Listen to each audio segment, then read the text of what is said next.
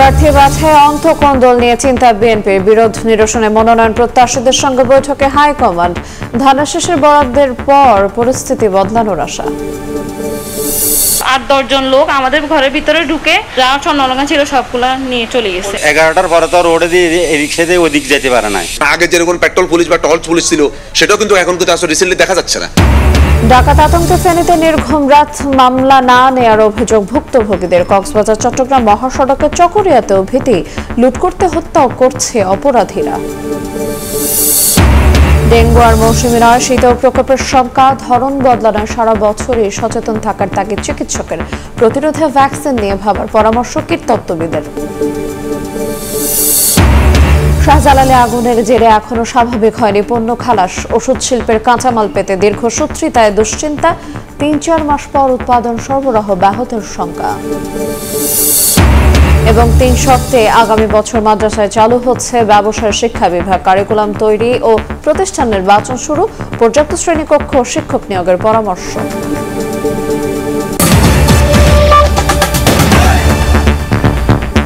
দেখছিলেন শিরোনাম। সকালের সময় সঙ্গে আছে আইরিন আয়াত।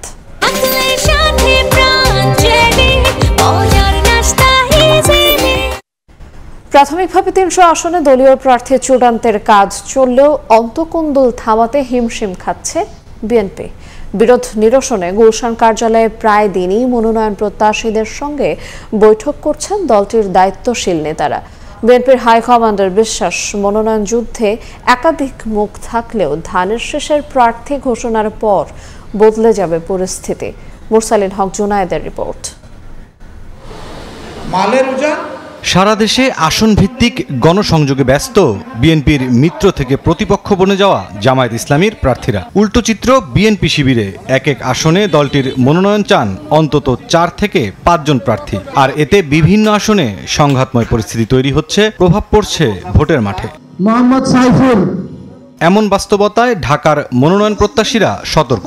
অভ্যন্তরীণ বিবাদে না জড়িয়ে গুরুত্ব দিচ্ছেন ভোটারদের মন জয়ে, খাল পরিষ্কার, নিম্ন আয়ের মানুষকে অনুদান, দুর্ঘটনায় ছুটে যাওয়া সহ নানা সামাজিক কাজে ব্যস্ত সময় পার করছেন ঢাকা 18 আসনের 2 হেভিওয়েট প্রার্থী। প্রত্যাশা ইতিবাচক রাজনীতির মাধ্যমে দলের শীর্ষ নেতৃত্বের মনোযোগ আকর্ষণের। এলাকাবাসী চায় একজন পরিচ্ছন্ন ভালো মানুষ এই এলাকায় আগামীতে নির্বাচন করুক, যাতে বিএনপিকে নিয়ে, বিএনপির ওই ক্যান্ডিডেটকে নিয়ে প্রশ্ন করতে না পারে। যে বিএনপিকে ভালোবাসে সেই বিএনপির সিদ্ধান্তকে ভালোবাসবে এবং বিএনপির ভারপ্রাপ্ত চেয়ারম্যান জনাব তারেক রহমান যে সিদ্ধান্ত দিবেন সেই সিদ্ধান্ত অনুযায়ী অবশ্যই কাজ করবে। সমস্যার সবচেয়ে বেশি প্রকট রাজধানীর বাইরে। কোনো কোনো আসনে 8 জন, কোথাও বা 10 জনেরও বেশি আছেন মনোনয়ন প্রত্যাশী। এই যেমন নেত্রকোনা 3। মনোনয়ন নিশ্চিতে জোরে সোরে কাজ করছেন প্রতিদ্বন্দ্বীরা। সবাই নিজেকে দাবি করছেন যোগ্য হিসেবে। বিতর্কিত লোক নিয়ে অনেক কোনো রিস্ক নেবেন না, যে গতানুগতিক দ্বারাই যে অমুককে দিতে হবে এরকম কোনো কথা না। কাজের মূল্যায়নের ভিত্তিতে যাকেই মনোনয়ন দেবে দল থেকে তার নির্বাচনে আমি করব।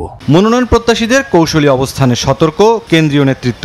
মনোনয়ন নিয়ে বিতর্ক এড়াতে আগেভাগে মনোনয়ন প্রত্যাশীদের সাথে খোলামেলাভাবে কথা বলছেন তারা। আমাদের দলের মনোনয়ন মোটামুটি চেয়ারম্যান সাহেব ফাইনাল করে ফেলছে, আমাদের সাথে কনসাল্ট করেই করেছে উনি। আমি তো মনে করি যে এই মাসের মধ্যে আমাদের মনোনয়ন বের হয়ে যাবে। দল থেকে কিছু কিছু প্রার্থীকে ডাকা হচ্ছে, স্থায়ী কমিটির 2-1 সদস্য তাদের ইন্টারভিউ নিচ্ছেন।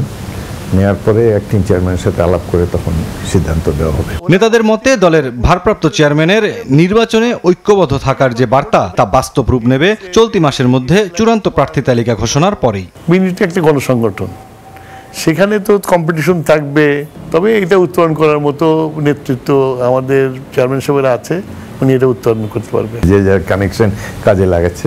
তবে বিএনপি দীর্ঘদিনের দল, আমরা দেখে শুনে যে আন্দোলন সংগ্রামে যার কন্ট্রিবিউশন আছে সেই ধরনের প্রার্থীকে মনোনয়ন দেওয়ার চেষ্টা করব। এবার তফসিলের আগেই প্রতি আসনে 1 জন প্রার্থীকে সবুজ সংকেত দেওয়ার সর্বোচ্চ চেষ্টা করছেন নেতারা। এরই মধ্যে বিরোধ কম এমন আসনের একক প্রার্থীদের টেলিফোন করছেন বিএনপির ভারপ্রাপ্ত চেয়ারম্যান। মুরসালিন হক জুনায়েদ, সময় সংবাদ, ঢাকা। অন্য প্রসঙ্গ, ফেনীতে প্রায় প্রতিদিনই জেলার কোথাও না কোথাও ডাকাতি করছে সংঘবদ্ধ চক্র। এতে আতঙ্কে রাত কাটাচ্ছেন বাসিন্দারা, অথচ মামলা নিচ্ছে না পুলিশ। আবার মামলা নিলেও ডাকাতির ঘটনা পুলিশের দৃষ্টিতে হয়ে যায় চুরি। গ্রেফতার হয় না অপরাধী, উদ্ধার হয় না খোয়া যাওয়া মালামাল। যদিও পরিস্থিতি নিয়ন্ত্রণে কাজ করার দাবি পুলিশের। জুলহাস তালুকদারের ক্যামেরায় আতিয়ার সজলের রিপোর্ট। গত 17 অক্টোবর রাতে ফেনী দাগনভূঞা উপজেলার সিলোনিয়া বাজারের পাশে প্রবাসী বাবুল মিয়ার বাড়িতে হানা দেয় একদল ডাকাত। অস্ত্রের মুখে ঘরের সবাইকে জিম্মি করে 70 ভরি স্বর্ণ, বিদেশি মুদ্রা ইউরো আর নগদ অর্থ মিলিয়ে প্রায় 2 কোটি টাকা মূল্যের মালামাল নিয়ে যায়। এক মেয়ে বেলজিয়াম থাকে, আরেক মেয়ে ঢাকা, বড় ব্যবসায়ী হাজবেন্ড। এরা আমার এখানে আসছিল, আসার পরে এই সুযোগটা তারা কাজে লাগায়। কালকে আমার সবকিছু, আমার মেয়েদের সবকিছু নিয়ে গেছে। 8-10 জন লোক আমাদের ঘরের ভিতরে ঢুকে আমাদের জিম্মি করে ফেলছে। যা স্বর্ণ অলংকার ছিল সবগুলা নিয়ে চলে গেছে। রাত্রে 11টার পরে তো রোডে দিয়ে রিক্সা দিয়ে ওদিক যেতে পারে নাই। শুধু বাবুল মিয়া নয়, বছর জুড়েই ডাকাতির কবলে পড়ে নিঃস্ব হওয়ার ঘটনা জেলার বিভিন্ন জনপদে ঘটছে অহরহ। রাত গভীর হলেই ডাকাতির আতঙ্কে ঘুমাতে পারে না বাসিন্দারা, অথচ আইন শৃঙ্খলা রক্ষাকারী বাহিনীর কার্যকর পদক্ষেপ নেই, অভিযোগ ভুক্তভোগীদের। আগে যেরকম পেট্রোল পুলিশ বা টহল পুলিশ ছিল, সেটাও কিন্তু এখন কিন্তু আসলে রিসেন্টলি দেখা যাচ্ছে না। ফেনী সোনাগাজী উপজেলার সদর ইউনিয়নের 3 নম্বর ওয়ার্ডের এই পিছনের বাড়িটিতে সংঘবদ্ধ ডাকাত চক্র হানা দিয়ে সবকিছু ডাকাতি করে নিয়ে যায়। শুধু এই বাড়িটিতে নয়, গত 8 ফেব্রুয়ারি থেকে 21 মার্চ আশপাশে এলাকায় এমন 5-7টি ঘটনা ঘটে। আর এ সকল ঘটনায় না হয়েছে একটি মামলা, না হয়েছে অপরাধীর কেউ আটক। পুলিশেরা কি ভোটাররা নাকি ডিউটি করে, এতটা তো খালি দিয়া পাবলিক হিয়ার ধরি লুজার কোনো রকম 250, 800, 1000, 10,000 দিলে বস সাহায্যের।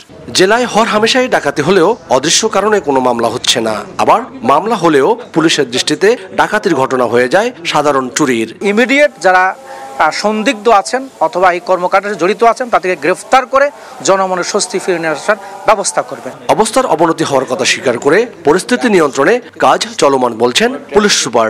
এই জেলায় স্পেশাল ড্রাইভ শুরু করেছি। গত রাত্রে আমাদের সমস্ত অফিসার, যারা সিনিয়র অফিসার, তারা ফিল্ডে কাজ করছে। আমরা এটা নিয়ন্ত্রণে না আসা পর্যন্ত আমরা আমাদের কার্যক্রম, এই অভিযান অব্যাহত থাকবে। ফেনী জেলা পুলিশের দেয়া তথ্য বলছে 2024-এর সেপ্টেম্বর থেকে 2025-এর 20 অক্টোবর পর্যন্ত জেলায় চুরি, ছিনতাই, দস্যুতার ঘটনায় 123টি মামলা হয়েছে, যার মধ্যে 63টি ঘটনা উদ্ঘাটন সহ 96 জনকে গ্রেপ্তার করেছে পুলিশ। আতিয়া সজল, সময় সংবাদ, ফেনী। এদিকে কক্সবাজার চট্টগ্রাম মহাসড়কের চকরিয়া অংশে সন্ধ্যা নামলেই নামে ভয়। ঘন বনানীর এই পথে ছোট ছোট যানবাহন টার্গেট করছে ডাকাতরা। প্রায় ঘটছে ছিনতাই, ডাকাতি, কখনো আবার হত্যাকাণ্ড। তবে ডাকাতি প্রতিরোধে নজরদারি ও টহল বাড়ানো হয়েছে বলে দাবি আইনশৃঙ্খলা বাহিনীর। মোহাম্মদ ফরাজার ক্যামেরায় বিস্তারিত জানাচ্ছেন সুজাউদ্দিন রুবেল। কক্সবাজারের চকরিয়ার ফাঁসিয়াকালী থেকে দুলহাজারা, মালুমঘাট হয়ে মেদাকচ্চবিয়া পর্যন্ত মহাসড়ক জুড়ে ঘন বন, কোথাও নেই সড়ক বাতি। ফলে সন্ধ্যার পর নেমে আসে ডাকাতির আতঙ্ক। সম্প্রতি ফাঁসিয়াকালীতে রশি টেনে মোটরসাইকেল ফেলে এক আরোহীকে হত্যা করে ডাকাতরা। আর লামা আলীকদম সড়কেও ঘটেছে ডাকাতি। স্থানীয়দের দাবি, ডাকাতরা দিনে বনে লুকিয়ে থাকে আর রাতে মহাসড়ক ও আশপাশের গ্রামে দস্যুতা চালায়। ডাকাতির ভয় চকরিয়া ফাঁসিয়াখালী লামা আলীকদম সড়কেও। এদি ব্যাগে আছে, ওদেরকে হাইজ্যাক করে নিয়ে আসে, পাহাড়ে ঢুকাইয়া আটকাইয়া নিয়ে যায়। যাত্রী সাজে চলে আসে, গাড়িটা ও চুরি ধরিয়া ড্রাইভারকে নামাই দিয়া গাড়িটা নিয়ে চলে যায়। দূরত্ব গেলে শতকরা 80 জন ডাকাত রিজার্ভ পাড়াত ডাকাতের কাটিয়ান। রাত গভীর হলে হয় বা দীর্ঘ রাতে হয়, এখন তো দেখতেছি যে এটা আরো সকাল সকাল চলে আসছে। স্থানীয় জনপ্রতিনিধিরা বলছেন, চকরিয়ার রিজার্ভ পাড়া ও হাঁসের দিঘি এলাকার কিছু ডাকাত, ছিনতাইকারী চক্র এবং ইয়াবা সেবীরা জড়িয়ে পড়ছে অপরাধে। সুযোগ পেলেই তারা নেমে পড়ছে ডাকাতিতে। তবে ডাকাতের হাত থেকে রক্ষায় বেশ কিছু গ্রামে রাতে পাহারার ব্যবস্থা করা হয়েছে। এখানে বেশি মাদক আর ওই ক্যাসিনো, জোয়া, এগুলো সরাসরি এগুলো টাকার জন্য রোডের মধ্যে রোড ডাকাতি করে। আমরা এটার ব্যবস্থা গ্রহণ করার জন্য আজকে রাত্রি থেকে আমরা টহলে থাকবো। আইনশৃঙ্খলা বাহিনী তথ্য বলছে, ডাকাত চক্রে জড়িত রয়েছে কক্সবাজার ও বান্দরবনের লামা উপজেলার কয়েকটি গ্রুপ। তবে ডাকাতি প্রতিরোধে সড়কে নজরদারি ও নিয়মিত টহল বাড়ানোর পাশাপাশি জড়িতদের আইনের আওতায় আনতে কাজ করছেন তারা। টহলটির কার্যক্রম চলমান থাকবে এবং আমরা র্যাব পুনরায় চাই যে জনগণের জানমাল নিরাপত্তার সাথে সর্বদা জনগণের সচেষ্ট করার জন্য আমরা চলতি বছরে চকরিয়া থানায় দস্যুতার অভিযোগে 10টি ও ডাকাতির অভিযোগে 8টি মামলা নথিভুক্ত করা হয়েছে। সুজাউদ্দিন রুবেল, সময় সংবাদ, কক্সবাজার। ডেঙ্গুকে মৌসুমী রোগ হিসেবে চিহ্নিত করা হলেও এখন আর সেই সুযোগ নেই। চিকিৎসকরা বলছেন ডেঙ্গুর ভয়াবহতা চলতে পারে সারা বছর, পাল্টেছে ধরনও। প্রকোপের সংখ্যা আছে আসন্ন শীতেও। বিশেষজ্ঞরাও বলছেন ঘনত্ব বেড়েছে এডিসের, তাই ডেঙ্গু প্রতিরোধে ভাবতে হবে বিকল্প, সিদ্ধান্ত নিতে হবে ভ্যাকসিন নিয়েও। আরও জানাচ্ছেন মনির হোসাইন। ৬৩,০০০-এর বেশি মানুষ ভর্তি হয়েছেন হাসপাতালে, মৃত্যুর সংখ্যা ২৫৯। ডেঙ্গুর ছোবলে এই সংখ্যার গ্রাফ এখনও উঠতির দিকে। অক্টোবর পেরিয়ে গেলেই যেখানে ডেঙ্গু থেকে একটু স্বস্তির সম্ভাবনা মেলে, এবছর সেগুড়েও বালি। ক্যালেন্ডারের হিসাবে ডেঙ্গুর মৌসুম শেষ হলেও বাস্তবতা বলছে দিন দিন বাড়ছে এর ভয়াবহতা, যার বিস্তার ছড়িয়েছে দেশের ৬৩টি জেলায়। এখনও হাসপাতালে যে হারে ডেঙ্গু রোগী ভর্তি হচ্ছেন, তাতে চিকিৎসকরা বলছেন এ ধারাবাহিকতা চলতে পারে এবারের শীত মৌসুমেও। ডেঙ্গুর ধরন পরিবর্তন হয়েছে জানিয়ে চিকিৎসকরা বলছেন এখন আর মৌসুমি নেই এডিস, সচেতন থাকতে হবে সারা বছর। যেহেতু রোগীর সংখ্যা বাড়ছে এবং আসলে ডেঙ্গু প্রতিরোধের জন্য যে পরিমাণ পর্যাপ্ত ব্যবস্থা আসলে নেওয়া উচিত, আমার কাছে মনে হয় যে সেই ব্যবস্থাটা আসলে অপ্রতুল। সুতরাং যে কোনো সময় আসলে আউটব্রেক হলেও হতে পারে। আমাদের ভয় হলো যে আগামী ১-২ মাস বোধহয় এটা আরও বেশিই থাকবে শীতের আসার আগ পর্যন্ত, এবং যেহেতু এটা আর মৌসুমি নাই, সারা বছর ব্যাপী হচ্ছে, তো মনে হয় যে শীতকালেও থাকবে যদি না আমরা এটাকে নিয়ন্ত্রণ করতে পারেন। একই শঙ্কার কথা বলছেন বিশেষজ্ঞরাও, জানান ডেঙ্গু প্রতিরোধের ব্যবস্থা নিতে হবে বছরব্যাপী, সেই সঙ্গে ভ্যাকসিন নিয়েও সিদ্ধান্ত নেয়ার পরামর্শ কীটতত্ত্ববিদের। কিউডেঙ্গা হচ্ছে এখনো পর্যন্ত সবচেয়ে বেস্ট ভ্যাকসিন। এই ভ্যাকসিনটি বাংলাদেশে প্রয়োগ করা যায় কিনা সেটি অনেক বড় সিদ্ধান্তের ব্যাপার। সকলকে মিলে একসাথে বসে তার অ্যাডভান্টেজ, ডিসঅ্যাডভান্টেজেস সবকিছু দেখে আমাদেরকে সিদ্ধান্ত নিতে হবে যে ভ্যাকসিন ডেঙ্গু নিয়ন্ত্রণে বাংলাদেশে প্রয়োগ করা যায় কিনা। ডেঙ্গু নিয়ন্ত্রণের যে প্রক্রিয়া চলছে সেটি আরও জোরদারের পরামর্শ বিশেষজ্ঞদের। মশা নিধনে সরকারের যে প্রচেষ্টা তা ডেঙ্গুর ব্যাপকতার কাছে নগণ্য, তাই এখন এ দায়িত্ব আমরা এবং আমাদেরকেই নিতে হবে। গড়ে তুলতে হবে সামাজিক আন্দোলন। সম্মিলিতভাবে টানা কয়েক বছর এই প্রচেষ্টা করলে এর ফল পাওয়া যেতে পারে বলে আশা করছেন বিশেষজ্ঞরা। মনির হোসাইন, সময় সংবাদ, ঢাকা। কার্গো ভিলেজ অগ্নিকাণ্ডের পর এখনও স্বাভাবিক হয়নি পণ্য খালাস প্রক্রিয়া। এতে ওষুধ শিল্পের কাঁচামাল হাতে পেতেও তৈরি হচ্ছে জটিলতা, দীর্ঘসূত্রতা, যা আগামীতে সময়মতো ওষুধ তৈরি ও সরবরাহ নিয়ে দুশ্চিন্তায় ফেলেছে শিল্প মালিকদের। এই সংখ্যা দূর করতে সরকারকে উদ্যোগী হওয়ার পরামর্শ বিশেষজ্ঞদের। MS আরিফিনের report. 18 অক্টোবর হজরত শাহজালাল আন্তর্জাতিক বিমানবন্দরের কার্গো ভিলেজে অগ্নিকাণ্ডের 3 দিন পর স্বাভাবিক হয় ফ্লাইট ওঠানামা, আমদানি করা পণ্যের খালাস প্রক্রিয়াও। 9 নম্বর গেট দিয়ে কার্গোগুলো ক্লিয়ার হচ্ছে, কিছু টেম্পোরারি সেট করা প্ল্যান রয়েছে। কিন্তু বাস্তবতা বলছে ভিন্ন কথা। স্বাভাবিক সময়ে 4টি গেট দিয়ে আমদানি পণ্য বের হলেও বর্তমানে হচ্ছে শুধু একটি গেট দিয়ে। এতে পণ্য পেতে তৈরি হচ্ছে দীর্ঘসূত্রিতা। ঢাকা কাস্টম হাউস থেকে 9 নম্বর গেটের দূরত্ব প্রায় 1.5 কিলোমিটার হওয়ায় দ্রুত প্রয়োজনীয় কাগজপত্র জমা দিতেও ভোগান্তি পোহাতে হচ্ছে C&F এজেন্টদের। জট বাঁধছে কন্টেইনারবাহী ট্রাকেও। বিশেষ করে ওষুধ, ভ্যাকসিনের মতো স্পর্শকাতর পণ্যের কাঁচামাল নিয়ে দুশ্চিন্তা বাড়ছে ফার্মা কোম্পানিগুলোর। ভিতরে মনে করেন যে মাল আনার নোক নাই, আবার প্লেট পাই না, এই ঝামেলা ওই ঝামেলা। সিরিয়ালি মাল পাইতে ন্যূনতম 3 দিন লেট হয়ে যাবে। কাগজ রেডি করে ট্যাক্স পেমেন্ট করে দিয়ে দিলাম, ওরা মাল আনলো, আনার পরে দেখলাম মাল আমার মিললো না, ফার্মা মাল। অবশিষ্ট যেই মালগুলো আছে সেগুলোর কোনো আপডেট তারা দিতে পারছে না। দেশে দরকারি ওষুধের 95 ভাগই উৎপাদন করে দেশীয় প্রতিষ্ঠানগুলো। এতে যে কাঁচামাল দরকার হয় তার 90 ভাগই আসে বিদেশ থেকে। ব্যবসায়ীদের হিসাব 46টি প্রতিষ্ঠানের প্রায় 200 কোটি টাকার কাঁচামাল পুড়েছে কার্গো ভিলেজ অগ্নিকাণ্ডে। যদি এখানে আমদানি তাৎক্ষণিক ওষুধ শিল্প এর ধাক্কা সামলাতে পারলেও উৎপাদকদের সংখ্যা, কাঁচামাল দ্রুত খালাস না হলে 3-4 মাস পর ব্যাহত হবে উৎপাদন সরবরাহ। 53টা পর্যন্ত আপনার ম্যাটেরিয়ালস লাগতে পারে, এই এক্সিপিয়েন্ট আর আদার্স ম্যাটেরিয়াল মিলে একটা পণ্য দাঁড়াতে পারে। এখন যদি দ্রুততর সময়ে এগুলোর যদি ফার্দার যে এলসির গুডস পণ্যগুলো সেগুলোকে যদি আপনি না আনেন, তাহলে 3-4 মাস পরে যে আপনি আবার এটা সরবরাহ ব্যবস্থাপনায় ত্রুটি দেখা দেবে।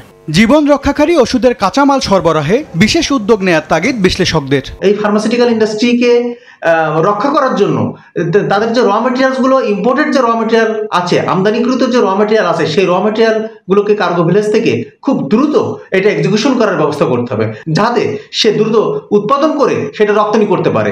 স্থানীয় চাহিদা মিটিয়ে বিশ্বের 150টিরও বেশি দেশে ওষুধ রপ্তানি করে বাংলাদেশ।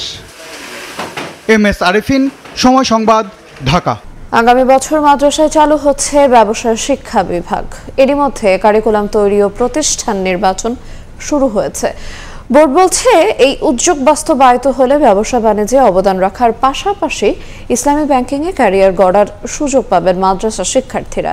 এর সিদ্ধান্তকে যুগোপযোগী বলেও বিভাগ খোলার আগেই পর্যাপ্ত শ্রেণীকক্ষ ও শিক্ষক নিয়োগের পরামর্শ শিক্ষাবিদদের। শাকির আহমেদের রিপোর্ট।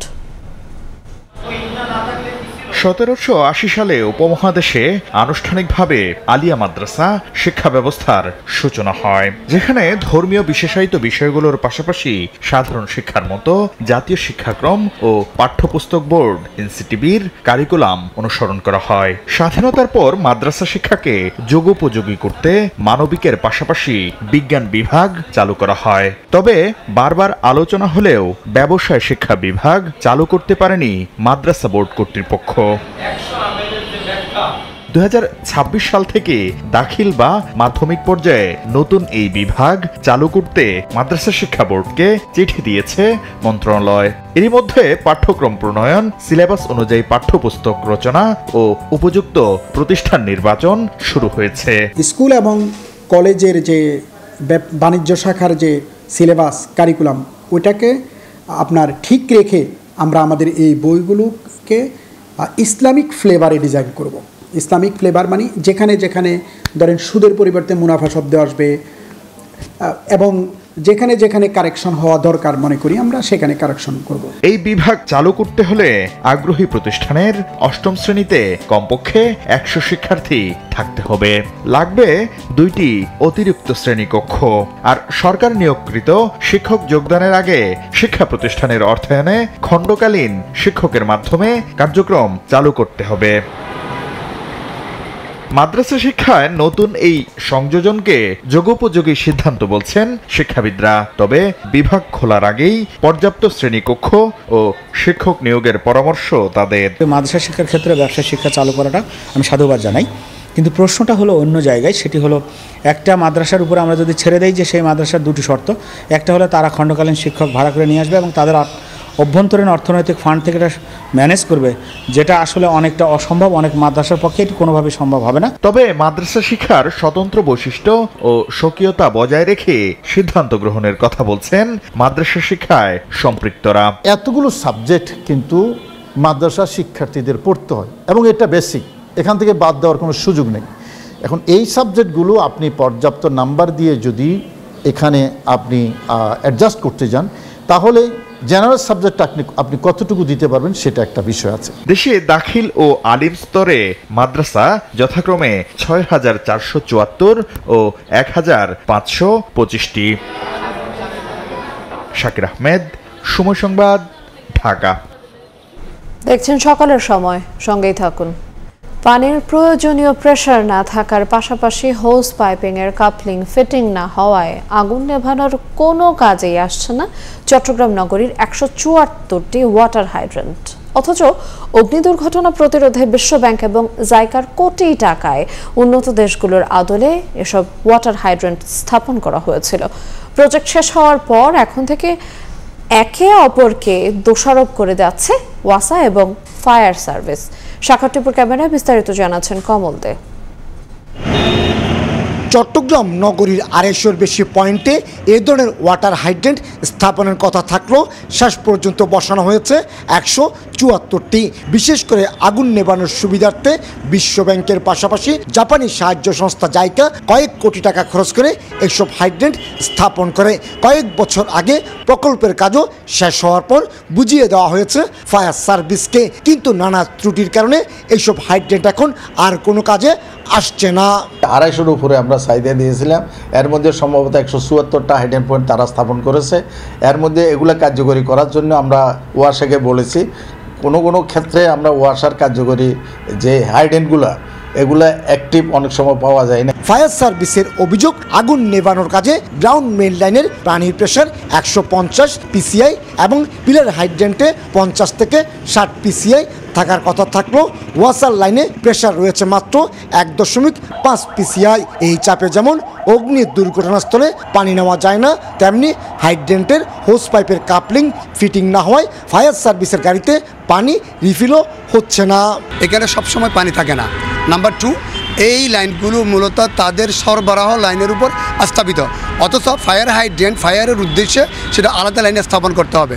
নাম্বার 3, তাদের যে কপলিনের ডায়া এবং আমাদের যে ডেলিভারি যে ডায়া, এই দুটোর মধ্যে সামঞ্জস্য না থাকার কারণে আমরা এটিকে ব্যবহার করতে পারছি না। তবে ফায়ার সার্ভিসের অভিযোগ মানতে নারাজ চট্টগ্রাম ওয়াসা, বিশেষ করে ত্রুটিপূর্ণ কাপলিং ফায়ার সার্ভিসকে সংশোধনের ব্যবস্থা নিতে বলছেন ওয়াসার প্রধান প্রকৌশলী। অকেজো হওয়ার এখানে কিছু নাই, কারণ এখানে পুরোটাই একটা, আপনি যদি একটা দেখেন তা দেখলে আপনি বুঝতে পারবেন এখানে পুরোটাই একটা মেটালিক জিনিস। এখানে কোনোটাই যে আমরা ব্যবহার না করলে অকেজো হয়ে যাবে এরকম কিন্তু কোনো না। ওয়াটার হাইড্রেন্টের ত্রুটি নিয়ে ওয়াসা এবং ফায়ার সার্ভিসের চিঠি চালাচালি বন্ধ করে বরং বিদ্যমান ত্রুটিগুলো সারিয়ে নেওয়ার পাশাপাশি দ্রুততার সঙ্গে আগুন নিয়ন্ত্রণ আনার প্রশিক্ষণের উপর জোর দিচ্ছেন নগর পরিকল্পনাবিদ। ক্ল্যাম্পগুলো যে একটার সাথে একটা লাগে না, মেল ফিমেল পার্টটা যে লাগে না, এটা আমার জানা মতে লাগা উচিত এবং এ ব্যাপারে প্রশিক্ষণ প্রয়োজন আছে। অবশ্য ফায়ার সার্ভিসের চাহিদা অনুযায়ী পানির প্রেশার বাড়ানো হলে বাসাবাড়ির সংযোগগুলো মারাত্মক ক্ষতি হওয়ার শঙ্কা থাকায় হাইড্রেন্টের জন্য ডেডিকেটেড লাইনের প্রস্তাব করছেন বিশেষজ্ঞরা। নগরীর ব্যস্ততম মিমি সুপার মার্কেট এলাকার ওয়াটার হাইড্রেন্ট এটি, যেটি দৃশ্যমান নয়, অথচ এখানে রয়েছে সুবিশাল দুটি বিপণী বিতান। গুরুত্বপূর্ণ এই পয়েন্টের হাইড্রেন্টের যখন এই পরিস্থিতি, তাহলে সহজে অনুমান করা যায় নগরীর 174টা হাইড্রেন্টের কী অবস্থা হতে পারে। কমল দে, সময় সংবাদ, চট্টগ্রাম। অ্যালটেক অ্যালুমিনিয়াম, গড়ে উঠছে আগামীর শহর। এয়ারটেকের গ্রাহকের কোটি কোটি টাকা নিয়ে পালিয়ে যাচ্ছে একের পর এক অনলাইন ট্রাভেল এজেন্সি। ক্ষতিগ্রস্তদের অভিযোগ, তুলনামূলক বড় ডিসকাউন্টের ফাঁদে ফেলে আত্মসাৎ করা অর্থ পাচার করে বিদেশ পাড়ি জমাচ্ছে মালিকপক্ষ। খাত সংশ্লিষ্টরা বলছেন নীতিমালা না থাকার সুযোগ নিচ্ছে বিভিন্ন চক্র। ফরহাদুর রহমানের রিপোর্ট। চলতি বছরের 2 আগস্ট হুট করে প্রতিষ্ঠান বন্ধ ঘোষণা করে দেশ ছেড়ে পালান জনপ্রিয় ওটিএ বা অনলাইন ট্রাভেল এজেন্সি ফ্লাইট এক্সপার্টের এমডি। এই ঘটনায় সে সময় প্রতিষ্ঠানের 3 শীর্ষ কর্মকর্তাকে গ্রেফতার করে পুলিশ। এরপর গত 15 অক্টোবর ফ্লাইফার ইন্টারন্যাশনাল ও 20 তারিখ ট্রাভেল বিজনেস পোর্টাল নামের আরও 2টি ওটিএ প্ল্যাটফর্ম একই কায়দায় পালিয়ে যায়। বিশ্লেষণে দেখা যায় অস্বাভাবিক ডিসকাউন্টে টিকিট বিক্রি করে বাজার থেকে কোটি কোটি টাকা তুলে নিয়ে একই কায়দায় হঠাৎ উধাও হয়ে যাচ্ছে এসব প্রতিষ্ঠান। সরাসরি এয়ারলাইন্স থেকে টিকিট কাটা তুলনামূলক জটিল হওয়ায় যাত্রীরা নির্ভর করে ট্রাভেল এজেন্সির উপর। ভুক্তভোগীরা বলছেন বাজারে অন্য সবার থেকে এসব প্রতিষ্ঠান ছাড় দিত বেশি, ফলে ফাঁদে পড়তেন সাধারণ গ্রাহক। ছোট প্রতিষ্ঠানগুলো এদের উপর নির্ভরশীল। রয়েছে টাকা পাচারের অভিযোগও। এসব ঘটনায় হয়েছে একাধিক মামলা। এই টিকিটগুলো আমাদের 3 মাস আগে কাটা, এখন আর যাত্রীর ফ্লাইট ডেট আইসা পড়ছে 1 সপ্তাহের ভিতরে। এখন আমরা এই টিকিটগুলো প্রায় প্রতিটা টিকিটে 40% 50% এক্সট্রা টাকা দিয়ে টিকিট ইস্যু করে যাত্রীকে যাওয়ার জন্য ব্যবস্থা করে দিয়েছি। এখানে একটা সম্পূর্ণ সিন্ডিকেট চক্র ছিল। একটা টিকিট কিনলাম ট্রাভেলিং এজেন্ট থেকে, দেখা গেল আমি তার পেমেন্ট দিয়েছি, টিকিটটা আমি হাতে পাওয়ার পরে যদি সেটা টাকা তোলার ব্যাপারে, রিফান্ড করার ব্যাপারে যদি ট্রাভেলিং এজেন্ট পারে, এটা তো হওয়া উচিত না। কেন পালালেন তারা? এই প্রশ্নের উত্তর জানতে 3 প্রতিষ্ঠানের সঙ্গে যোগাযোগের চেষ্টা করে সময় সংবাদ। ফ্লাইফার ও বিজনেস পোর্টালের কাউকে না পেলেও কথা হয় ফ্লাইট এক্সপার্টের চেয়ারম্যানের সঙ্গে। তার দাবি, পালাতে বাধ্য হয়েছেন কর্মচারীদের প্রতারণায়। আমাদের এখানে একটা ষড়যন্ত্র হয়েছে, সে চেষ্টা করছিল প্রতিষ্ঠানটা চালিয়ে দেওয়ার জন্য, কিন্তু তার পরিচালকরা, তার কর্মকর্তা কর্মচারীরা অন্য ওটি এর সাথে যোগ সাজকে একটা বেইমানি করে আমার ছেলেরে তাকে হত্যার হুমকি দেওয়া হয়েছে। আন্তর্জাতিক নিয়ম অনুযায়ী বিমান টিকিট বিক্রির পর তার রিফান্ড বা রিইস্যুর সুযোগ থাকে কেবল যাত্রীর, কিন্তু নীতিমালা না থাকায় গ্রাহকের অনুমতি ছাড়াই বাংলাদেশে রিফান্ড করতে পারেন ওটিএগুলো। এসব কারণে গ্রাহকরা প্রতারিত হচ্ছেন বলে মনে করেন খাত সংশ্লিষ্টরা।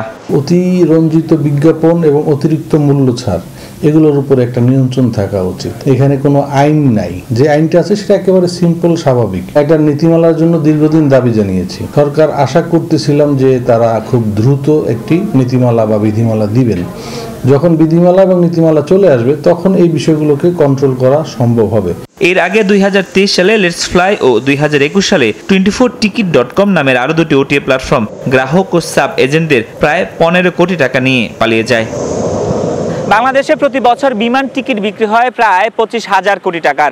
2-3 হাত ঘুরে যার বার্ষিক টার্নওভার দাঁড়ায় 50 থেকে 60,000 কোটি টাকায়। নীতিমালা না থাকা এই খাতে তৈরি হয়েছে অরাজকতা। যাত্রীদের টাকা আত্মসাৎ করে পালিয়ে গেছে অনেক ট্রাভেল প্রতিষ্ঠান। বিশেষজ্ঞরা মনে করছেন এই খাতে শৃঙ্খলা ফেরাতে দরকার সরকারের কঠোর নজরদারি আর নিয়ন্ত্রণ ব্যবস্থা। ফরহাদুর রহমান, সময় সংবাদ, ঢাকা।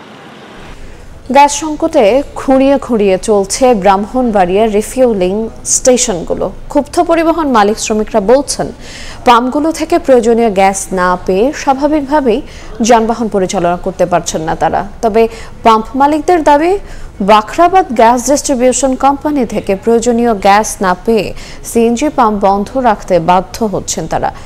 এদিকে সংশ্লিষ্টরা বলছেন, সমস্যা সমাধানে দীর্ঘমেয়াদী পরিকল্পনা হাতে নেওয়া হয়েছে। হৃদয় পালের ক্যামেরায় উজ্জ্বল চক্রবর্তীর রিপোর্ট। ব্রাহ্মণবাড়িয়ার অভ্যন্তরীণ রুটে চলাচলরত লোকাল বাস, ট্রাক, দূরপাল্লা মাইক্রোবাস ও সিএনজি চালিত অটোরিকশাগুলো শতভাগ সংকুচিত প্রাকৃতিক গ্যাসের উপর নির্ভর করে চলাচল করে। কিন্তু গ্যাস সংকটের কারণে জেলার 5টি সিএনজি গ্যাস পাম্পের অবস্থা অনেকটাই নাজুক। টানা 2 সপ্তাহ ধরে বন্ধ ছিল পাম্পগুলো। এখন সপ্তাহে 2 দিন, শুক্র শনিবার ব্যতীত বেশিরভাগ সময় বন্ধ থাকছে সিএনজি পাম্পগুলো। এতে পরিবহন মালিক শ্রমিকরা পড়েছেন বিপাকে। তারা বলছেন, সিএনজি পাম্প প্রায় বন্ধ থাকায় তারা নিয়মিত গাড়ি চালাতে না পেরে লোকসানে পড়েছেন। বিগত অনেক দিন যাবত এই কষ্টে ভুগতেছি। আমরা অন্য জায়গায় গ্যাস আছে, বাট আমাদের ব্রাহ্মণবাড়িয়া গ্যাস নাই। মালিকরা টাকা দিতে পারি না, জ্বালাইতে পারতাছি না, এই সমস্যা বেশিরভাগ। ব্রাহ্মণবাড়িয়ার গ্যাস ব্রাহ্মণবাড়িয়ার লোকে যদি না পাই তাহলে তো আসলে এটার দুঃখের বিষয়, আর কিছু জানার নাই। পাম্প মালিক পক্ষ বলছে, প্রতিটি সিএনজি পাম্পে Bakhrabad gas distribution company limited থেকে চুক্তি অনুযায়ী দৈনিক 15 PSI গ্যাস সরবরাহ কথা ছিল, কিন্তু পাওয়া যাচ্ছে 0 থেকে 2 PSI, যা দিয়ে পরিবহনের নিরবচ্ছিন্ন গ্যাস সরবরাহ সম্ভব নয়। এজন্য যন্ত্রাংশ বিকল হওয়ার আশঙ্কায় পাম্পগুলো বন্ধ রাখার সিদ্ধান্ত নিয়েছেন তারা। গ্যাস ফিল্ডের সাথে যে চুক্তি 15 পিস পাওয়ার কথা, আমরা এতদিন এর আগে প্রায় 2-3 বছর আগে প্রচুর পাইছি, কিন্তু এই যাবৎ এখন পর্যন্ত 0 PSI গ্যাস পাই। এই কারণে আমরা চালাই প্রচুর লস, মেশিন লস, তারপরে মালিক লস। এই কারণে আমরা চালাইতে পারতেছি না। গত 1 মাস থেকে আমাদের দিনের বেলা গ্যাস সাপ্লাই বন্ধ, টোটাল বন্ধ, শুধু রাত্রে সেল করতে পারি। এখন এই অবস্থা হলে আমাদের একবারে বন্ধ করে দিতে হবে, আমাদের ব্যবসা বাণিজ্য সব খারাপ অবস্থা। তবে জেলা সিএনজি পাম্পগুলোর সমস্যা সমাধানে দীর্ঘমেয়াদী পরিকল্পনা নেওয়ার কথা জানান বাখরাবাদ গ্যাস ডিস্ট্রিবিউশন কোম্পানি কর্তৃপক্ষ। বৃহৎ গ্রাহকরা যাতে নিরবিচ্ছিন্নভাবে গ্যাস পায়, সেই জন্য এদের জন্য ডেডিকেটেড লাইন আমাদের নির্মাণের পরিকল্পনা চলতেছে আর কি। জেলার 5টি সিএনজি গ্যাস পাম্প থেকে দৈনিক গড়ে 3 থেকে 4 হাজার যানবাহনে গ্যাস সরবরাহ করা হয়। এজন্য গ্যাসের প্রয়োজন হয় 10 থেকে 12,000 কিউবিক মিটার, কিন্তু পাওয়া যাচ্ছে মাত্র 5 থেকে 6,000 কিউবিক মিটার। উজ্জ্বল চক্রবর্তী, সময় সংবাদ, ব্রাহ্মণবাড়িয়া। নোয়াখালীর হাতিয়া উপজেলা সেলিম বাজার ও কালাম মার্কেট এলাকার একমাত্র সেতুটি ভেঙে পড়ার পথে। প্রতিদিন এই সেতু দিয়ে হাজারো মানুষ চলাচল করলেও দীর্ঘদিন ধরে সেতুটির সংস্কার বা পুনর্নির্মাণ হয়নি। তবে নদী ভাঙন রোধ প্রকল্পের কাজ শেষ হলে সংস্কারের আশ্বাস সড়ক এবং জনপথ অধিদপ্তরের। সাইফুল্লাহ কামরুলের তথ্য ও ছবি নিয়ে রিপোর্ট। ভাঙনের মুখে দাঁড়িয়ে আছে সেতুটি, দেবে গেছে সংযোগ সড়কের একাংশ, ব্যাহত হচ্ছে যান চলাচল। এটি নোয়াখালীর হাতিয়া উপজেলার সেলিমবাজার ও কালাম মার্কেট এলাকার একমাত্র সেতু হওয়ায় চরম ভোগান্তিতে চলাচলকারীরা। স্থানীয় যান চালকরা নিজ উদ্যোগে মাটি ফেলে সংস্কার করলেও ভাঙনের কবলে পড়ায় তা আবারও দেবে যায়। আমরা কাছে চলে এসে এই কারণে এই ফুলটা আমরা যতই আমরা বান দেই বা জনগণ মিলিয়ে বানটা থাকতেছে না। ব্রিজের কারণে কোনো রকমের যাতায়াত করাটা হচ্ছে না, বন্ধ হয়ে গেছে, গাড়ি ঘোড়া চলাচল করতে পারে না। নাই রাস্তা, নাই কোনো কালবোর্ড, নাই ব্রিজ, নাই একটা বেরিবাদ, যেটুক আছিল ওটা নদীতে বিলীন হয়ে গেছে। জিওটিউব দিয়ে আপদকালীন প্রতিরক্ষামূলক কাজ চলমান রয়েছে বলছে পানি উন্নয়ন বোর্ড। আর ভাঙন প্রতিরোধের কাজ সম্পন্ন হলে সেতুটি সংস্কার অথবা পুনর্নির্মাণের আশ্বাস সড়ক ও জনপথ বিভাগের। জিওটিউব দিয়ে আপৎকালীন প্রতিরক্ষামূলক কাজ চলমান রয়েছে। ব্রিজটার কথা বলেছেন সেটা হচ্ছে স্থানীয় সরকার প্রকৌশল অধিদপ্তরের, তো ওই ব্রিজটা আমাদেরকে দেখতে হবে। এই কালভার্টটা আমাদের নদী ভাঙ্গনের কারণে অলরেডি ঝুঁকিপূর্ণ অবস্থায় আছে। তো ওয়াটার বোর্ড যদি নদী ভাঙ্গনটা মোটামুটি রোধ করতে পারে, সেক্ষেত্রে আমরা পরবর্তীতে এই ব্রিজটা পুনর্নির্মাণ অথবা রিহ্যাবিলিটেশন ব্যবস্থা করব। সিডিএফপির আওতায় 2 দশক আগে নির্মিত এই সেতুটির ওপর দিয়ে প্রতিদিন 4 থেকে 5 হাজার মানুষ যাতায়াত করেন। সময় সংবাদ, নোয়াখালী। দেখছেন সকালের সময়, সঙ্গেই থাকুন। মায়ালির সংরক্ষণে অভয়াশ্রমে 22 দিনের নিষেধাজ্ঞা শেষ হচ্ছে মধ্যরাতে। চাঁদপুরে পদ্মা ও মেঘনা সহ অন্য সব অভয়াশ্রম এবং সাগরে আবারও মাছ ধরতে নামবেন জেলেরা। এরই মধ্যে জাল ও নৌকা মেরামত সম্পন্ন করছেন তারা। প্রশাসনের দাবি, অন্য বছরের চেয়ে এবার অভিযান বেশি সফল হয়েছে। আর মৎস্যবিজ্ঞানীরা বলছেন, ডিমের পর জাটকা সংরক্ষণ করা গেলে বাড়ানো যাবে ইলিশের উৎপাদন। ফারুক আহমদের রিপোর্ট, ক্যামেরা ছিলেন নাইমুল ইসলাম নীরব। আজ মধ্যরাতে শেষ হচ্ছে সব ধরনের মাছ ধরার উপর সরকারি নিষেধাজ্ঞা। মাছ ধরার প্রস্তুতির অংশ হিসেবে জাল ও নৌকা মেরামতে ব্যস্ত চাঁদপুরের জেলেরা। পদ্মা ও মেঘনা নদী পাড়ের উত্তরে শার্টনল থেকে দক্ষিণে চর ভৈরবী পর্যন্ত জাল ও নৌকা নিয়ে শুরু হবে জলের সঙ্গে জেলেদের মিতালি। তবে নিষেধাজ্ঞার আগেও ধরা পড়েনি আশানুরূপ ইলিশ সহ অন্যান্য মাছ। এতে শঙ্কায় জেলেরা, তবুও আশা ছাড়েননি তারা। অভিযানের পরে যদি নদীতে যাই তাহলে আমরা ফ্যামিলি লিয়া ভালো থাকবো। লক্ষ লক্ষ মন ডাটকা ধরা হয়েছে, মাছটা থাকবো থেকে। ডিম ছাড়ার মতো কোনোটা আসছে, কোনোটা ডিম ছাড়ার মতো নাই। 22 দিনের অভিযানে বহুত কষ্ট হয়েছে, মাছ বসে আমি কিছু নেই, আর তো মাছ পাই না। ওখানে আল্লাহ দিয়ে বাসায় অভিযান গেলে নামবো। এদিকে অন্য বছরের চেয়ে এবারের কর্মসূচি সফল হয়েছে জেলা প্রশাসনের।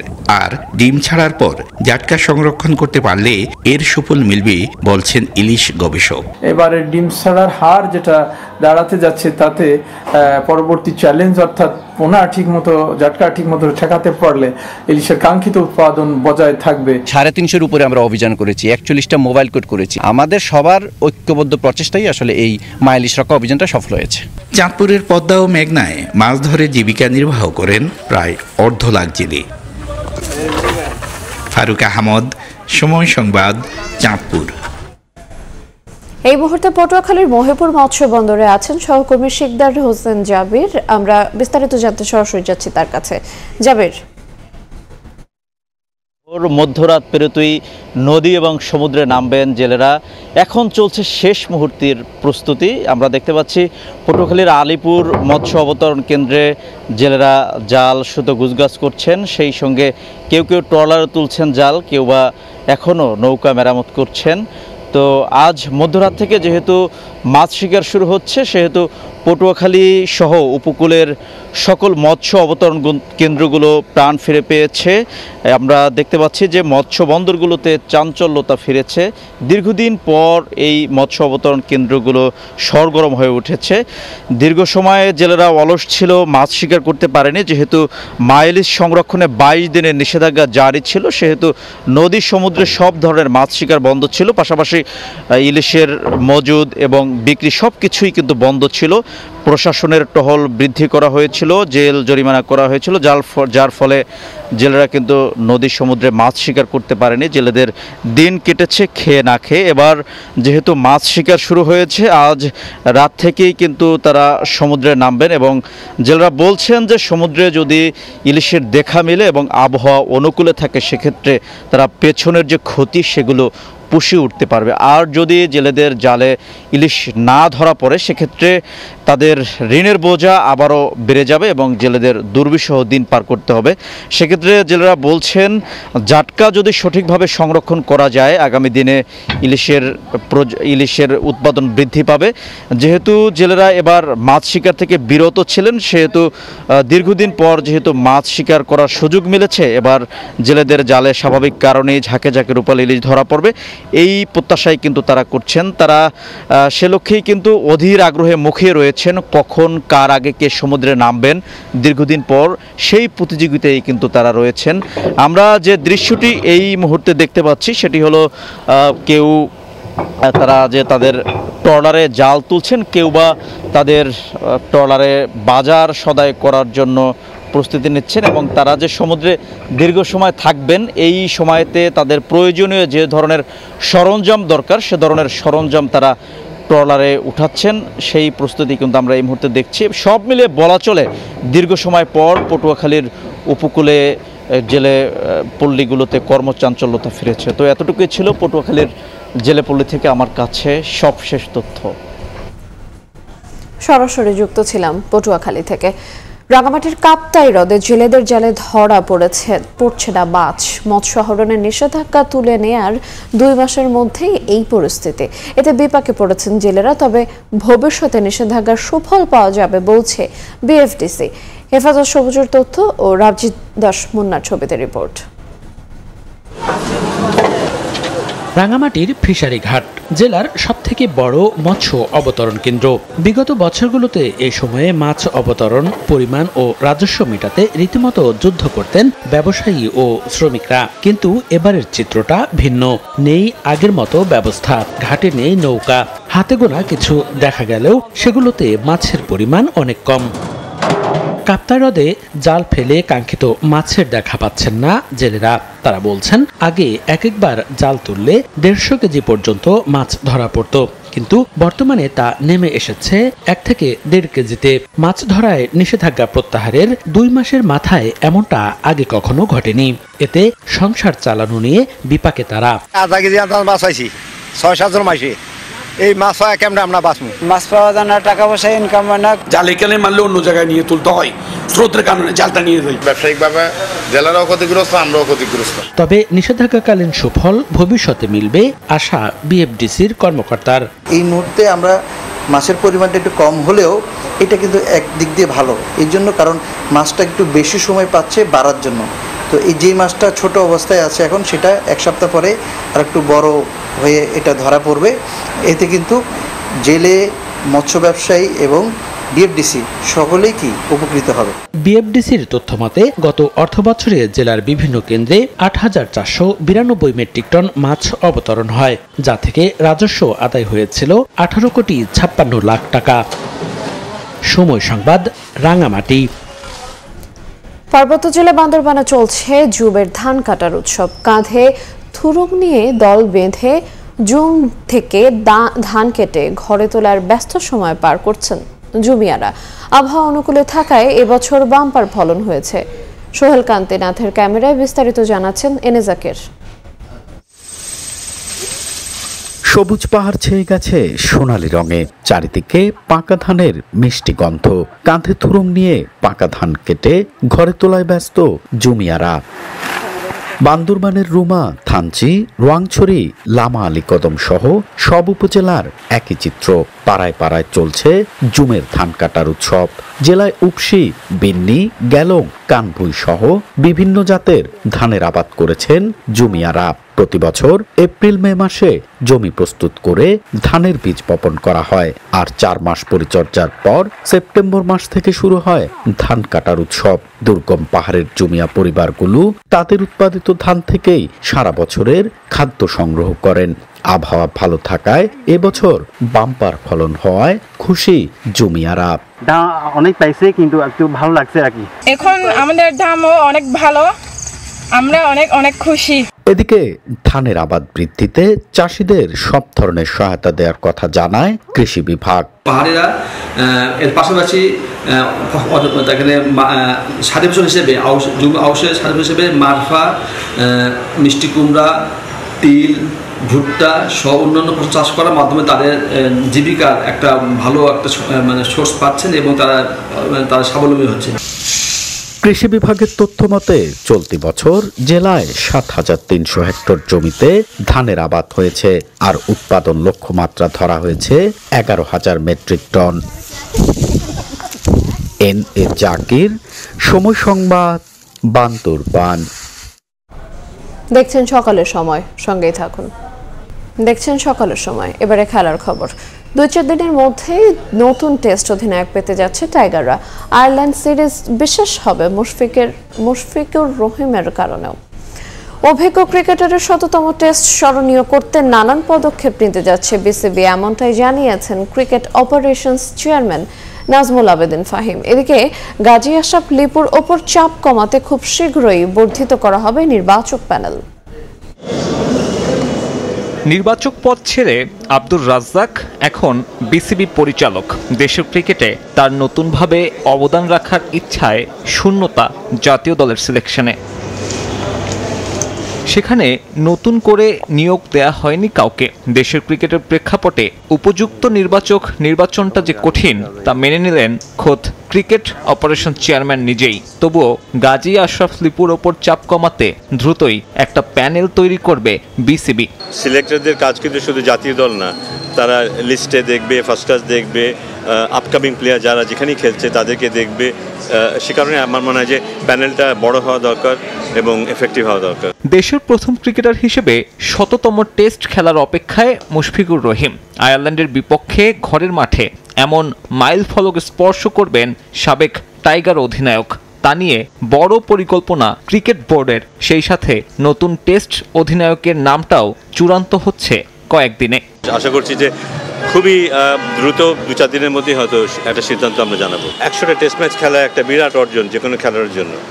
আর আমাদের দেশে এটাই প্রথম হবে এবং এটাকে সেলিব্রেট করা হচ্ছে। এটা শুধু ক্রিকেট বোর্ডই সেলিব্রেট করবে তা না, আমি তো মনে করি যে এটা যারা ক্রিকেট অনুসরণ করে তারা প্রত্যেকেই সেলিব্রেট করবে। কারণ আমি এই প্রশ্নের মুখোমুখি প্রায় হচ্ছি, তার মানে এটা সবাই জানে যে ওর ১৭তম টেস্টের সময় চলে এসছে। এদিকে ডিসেম্বরে শ্রীলঙ্কায় ত্রিদেশীয় সিরিজ খেলার প্রস্তাব পেয়েছে বিসিবি। আয়ারল্যান্ড সিরিজ শেষে আর বিপিএল এর আগে থাকা ফাঁকা সময়ে এই টুর্নামেন্ট খেলার সিদ্ধান্ত নিয়ে এখনও ভাবছে ক্রিকেট বোর্ড। উইন্ডিজের বিপক্ষে তার আগে পাইপলাইন বাজিয়ে দেখার ইঙ্গিত দিলেন ক্রিক অপস চেয়ারম্যান। আয়ারল্যান্ড সিরিজের ইমিডিয়েট পরে এবং বিপিএল এর কিছু আগে শেষ হবে, ২-৪ দিন আগে শেষ হবে। তো সেই জন্য ওই টাইম ফ্রেমটা নিয়ে হয়তো আমরা আলাপ আলোচনা করব, কিন্তু খুবই ইনিশিয়াল অবস্থায় আছে। ওই নিয়ে এখনো কোনো কংক্রিট কোনো ডিসকাশন হয়নি। পূর্ণকালীন মেয়াদে মনোবিদ নিয়োগের সিদ্ধান্ত ঝুলে আছে বোর্ডের দেয়া শর্তের ওপরে। আপাতত একজন পছন্দের থাকলেও তিনি পুরো সময় দিতে রাজি নন। তার সাথে দর কষাকষির বিষয়টা চালিয়ে যাচ্ছে বিসিবি। সাব্বির মিথুন, সময় সংবাদ, ঢাকা। সকালের সময় শীর্ষ সংবাদগুলো জানিয়ে দেব আরেকবার। প্রার্থী বাছাইয়ে কোন দল নিয়ে চিন্তা বিএনপির। বিরোধ নিরসনে মনোনয়ন প্রত্যাশীদের সঙ্গে বৈঠকে হাইকমান্ড। ধানের শেষের বরাদ্দের পর পরিস্থিতি বদলানোর আশা। ৮-১০ জন লোক আমাদের ঘরের ভিতরে ঢুকে যা স্বর্ণলঙ্কা ছিল সবগুলা নিয়ে চলে গেছে। 11টার পরে তো রোডে দিয়ে রিক্সা দিয়ে ওদিক যেতে পারে না। আগে যেরকম পেট্রোল পুলিশ বা টর্চ পুলিশ ছিল সেটাও কিন্তু এখন কিন্তু আসলে রিসেন্টলি দেখা যাচ্ছে না। ডাকাত আতঙ্কে ফেনীতে নির্ঘুম রাত, মামলা না নেয়ার অভিযোগ ভুক্তভোগীদের। কক্সবাজার চট্টগ্রাম মহাসড়কের চকরিয়াতেও ভীতি, লুট করতে হত্যাও করছে অপরাধীরা। এবং ডেঙ্গু আর মৌসুমি নয়, শীতেও প্রকোপের শঙ্কা। ধরন বদলানোয় সারা বছরই সচেতন থাকার তাগিদ চিকিৎসকের। প্রতিরোধে ভ্যাকসিন নিয়ে ভাবার পরামর্শ কীটতত্ত্ববিদের।